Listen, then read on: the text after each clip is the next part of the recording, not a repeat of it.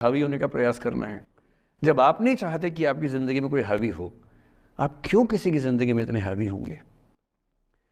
और जब बहुत दर्द हो ना, हमेशा दूसरे के पर्सपेक्टिव से भी सोच के देखिए कि उसको ऐसा क्यों करना पड़ा। क्या पता कोई मजबूरी हो, कभी कभी होती है।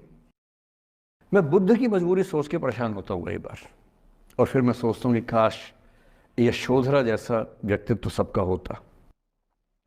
बुद्ध की रियल कहानी क्या है शायद किसी को नहीं पता। मैं जिस कहानी की बात कर रहा हूँ, मैथिली शरण गुप्त नाम के एक बड़े प्रसिद्ध कवि ने यशोधरा नाम की पुस्तक में वो कहानी लिखी है, भूमिका में जिक्र किया।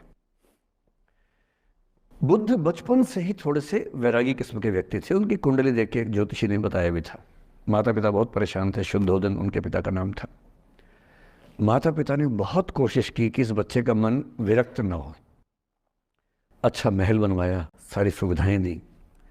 जैसे ही बुद्ध थोड़े से किशोरावस्था में आए, उस समय की दुनिया की सबसे खूबसूरत महिला से, लड़की से, यशोधरा से उसकी शादी करवा दी। यशोधरा के पिता ने काफ़ी एग्ज़ाम लिए बुद्ध जी के, वो सारे एग्ज़ाम में पास हुए, तब जाकर शादी हुई। ऐसे नहीं हुई, शादी हुई।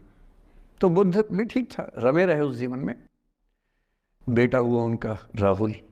अब बुद्ध की विरक्ति का भाव बढ़ता जा रहा था। 29 साल की उम्र के आसपास ऐसा हुआ कि उन्होंने एक मृत व्यक्ति को देख लिया, एक बूढ़े को देखा, एक भिखारी को देखा, एक बीमार को देखा। विरक्त हो गए और उनका मन हुआ घर छोड़ दूं, ज्ञान की खोज में चला जाऊं। अब ज्ञान की खोज में जाएं, उनको पता है कि भाई मेरी पत्नी भी है, मेरा बेटा भी है, राज्य भी है, कैसे छोड़ दूं?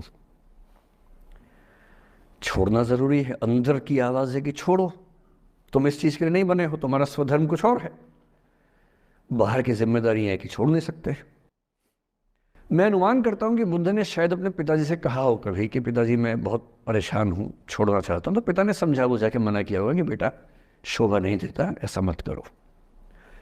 हो सकता है पत्नी से भी बात की हो, पत्नी ने भी कहा हो कि ये क्या बात हुई, हम सबका जीवन तुम पे टिका है, बच्चा अभी बिस्तर से भी नहीं उतरा है, अभी तो चलना भी नहीं शुरू किया है, तुम ऐसी बात कर रहे हो। इसका जिक्र नहीं मिलता इतिहास में कि ये बात हुई कि नहीं हुई। और एक दिन बुद्ध ने तय किया और वो आधी रात को पत्नी और बेटे को सोता हुआ छोड़ के चले गए। इसको बौद्ध परंपरा में महाभिनिष्क्रमण कहते हैं। बुद्ध का अपने घर से निकल जाना। अब बुद्ध चले गए, लेकिन मैथिली शरण गुप्त यशोधरा के पर्सपेक्टिव से बुद्ध को देख रहे हैं। यशोधरा बहुत परेशान है, भाई पति चला गया है,